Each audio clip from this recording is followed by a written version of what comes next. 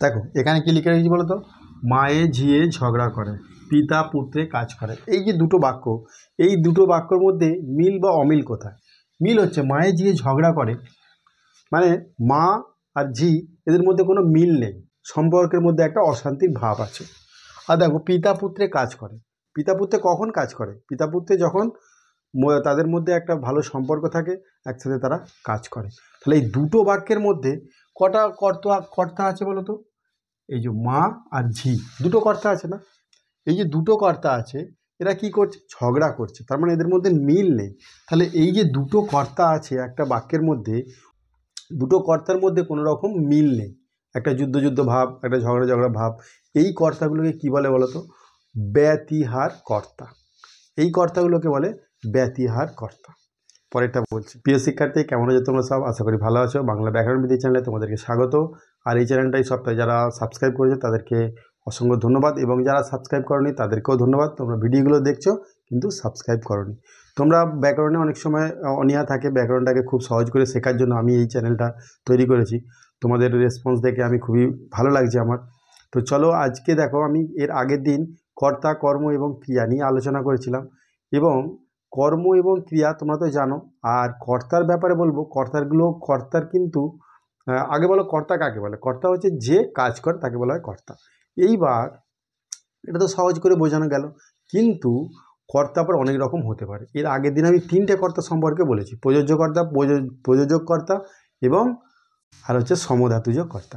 এই নিয়ে আর বিশেষ কিছু বলবো না, কিন্তু এই আরও যে কতগুলো কর্তা আছে তোমাদের সেই ধারণাই নেই।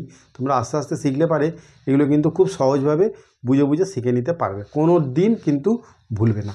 দেখো এখানে দেখো বাক্য লিখেছি, মায়ে জিয়ে ঝগড়া করে। মায়ে জিয়ে কখন ঝগড়া করে?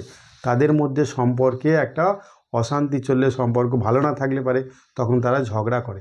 এই যে মা আর ঝি দুটো কর্তা, মা আর ঝি দুটো কর্তা, তাহলে এই বাক্যের মধ্যে দুটো কর্তা আছে। তাহলে দুটো কর্তা যখন একজন আর একজনের প্রতি মানে বিদ্বেষ, হিংসা প্রদর্শন করছে বা ঝগড়া করছে, মারপিট করছে, তখন এই ধরনের কর্তাগুলোকে বলবে ব্যতিহার কর্তা। কি কর্তা বলবে? ব্যতিহার কর্তা। আবার এই ধরনের দুটো কর্তা থাকবে, তাদের মধ্যে আবার মিল থাকবে। দেখো পিতা পুত্রে কাজ করে, পিতা পুত্রে একসাথে যখন কাজ করছে তাদের মধ্যে একটা সম্পর্ক ভালো আছে এবং মিল আছে, তখন এই কর্তাগুলোকে কি বলবে? সেখানে যেরকম ব্যতিহার কর্তা ছিল, এই কর্তাগুলোকে বলবে সহযোগী কর্তা। বুঝতে পেরেছ?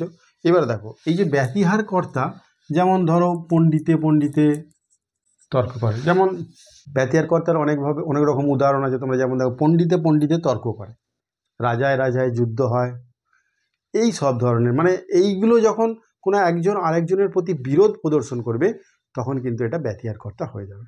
আবার এই যে বললাম পিতা পুত্রে কাজ করে, পিতা পুত্রে কাজ করে বা পিতা পুত্রে আলোচনা করে, তো এই যে সহযোগী ভাব, ভাই ভাইয়ে ভাই ভাই বসে খাচ্ছে, বা ভাই ভাই কাজ করছে। আবার এই যে মায়ে যে ঝগড়া করে, আমি যদি মায়ে যে কাজ করে যখন লিখে দেবো, তখন কিন্তু এটা সহযোগী কর্তা হয়ে যাবে, একজন আরেকজনকে সহযোগী হিসাবে দেখছে। তো চলো আজকে দুটো কর্তা শিখলে, এরপরে দেখো একটা উহ্যকর্তা। এবার দেখো উহ্যকর্তা, উহ্য মানে হচ্ছে সে সেখানে উপস্থিত নেই কিন্তু কাজটা যেন ভেতর থেকে করছে, এবং উত্তম পুরুষ এবং মধ্যম পুরুষ। এই উত্তম পুরুষ কি না, আমি শব্দের উপর হচ্ছে উত্তম পুরুষ, আর তুমি শব্দের উপর হচ্ছে মধ্যম পুরুষ। এই আমি শব্দরূপ আর তুমি শব্দরূপ যদি কোনো বাক্যের মধ্যে লুকানো থাকে এবং সে যদি কাজটা করে, তাহলে সেখানে কিন্তু সেই কর্তাগুলোকে বলা হয় উহ্যকর্তা। যেমন এখানে বসো, কোথায় যাচ্ছ, ওইখানে যাব না।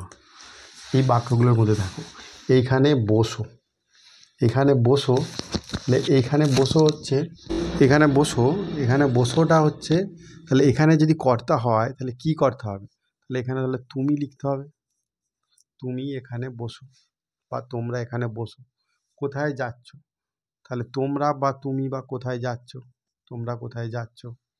ওইখানে যাব না, যাব না, এই যে ক্রিয়াগুলোকে দেখে কিন্তু তোমরা কর্তাগুলো চিনবে। ওইখানে যাব না মানে কি? তুমি ওইখানে যাব না, কথাটা তো হয় না, তাহলে এখানে কি হবে? আমি আমি ওইখানে যাব না বা আমরা ওখানে যাব না। যে তুমি শব্দরূপ আর আমি শব্দরূপ, এই উত্তম পুরুষ আর মধ্যম পুরুষ যদি কোনো বাক্যে লুকানো থাকে তখন তাকে উহ্যকর্তা বলে। বুঝতে পেরেছ? দেখো এখানে একটা বেশ মজার জিনিস আছে। সূর্য উঠলে আমরা বেরোবো, সন্ধ্যা হলে পাখিরা ঘরে ফেরে বা বাসায় ফেরে। এখানে দেখো যে সূর্য উঠলে, এই যে উঠলে এটা একটা ক্রিয়া, আর বেরোবো এটা একটা ক্রিয়া। তাহলে আমরা বেরোবো এটা যদি বলি এটা সমাপিকা ক্রিয়া হচ্ছে, আর সূর্য উঠলে এইটা যদি বলি এরপরে কিছু বলার থেকে যাচ্ছে, তাহলে এটা অসমাপিকা ক্রিয়া। তাহলে একটা বাক্যের মধ্যে সমাপিকা এবং অসমাপিকা ক্রিয়া থাকলে সেই ক্রিয়ার যদি দুটো কর্তা থাকে তাহলে অসমাপিকার কর্তাটাকে কি বলে? নিরপেক্ষ কর্তা। তাহলে সূর্য উঠলে, সূর্য তো প্রত্যেক দিনই উঠবে, সে কাউকে শর্ত দিয়ে উঠবে না যে তুমি ঘুম থেকে উঠলে তবে আমি উঠবো, বা সন্ধ্যাও সেই রকম যে তোমরা ঘরে ফিরে গেলে পারে তারপরে আমি সন্ধ্যায় নামবো, এরকম কোনো ব্যাপার নয়। সূর্য তার আপন যে সময়েতে সেই নির্দিষ্ট সময়ে উঠবে এবং সন্ধ্যাও সেই নির্দিষ্ট সময়ের মধ্যেই হবে। আমি মাইক্রোফোনটা ধরে নিচ্ছি কিন্তু সাউন্ডের একটু সমস্যা হচ্ছে বলে।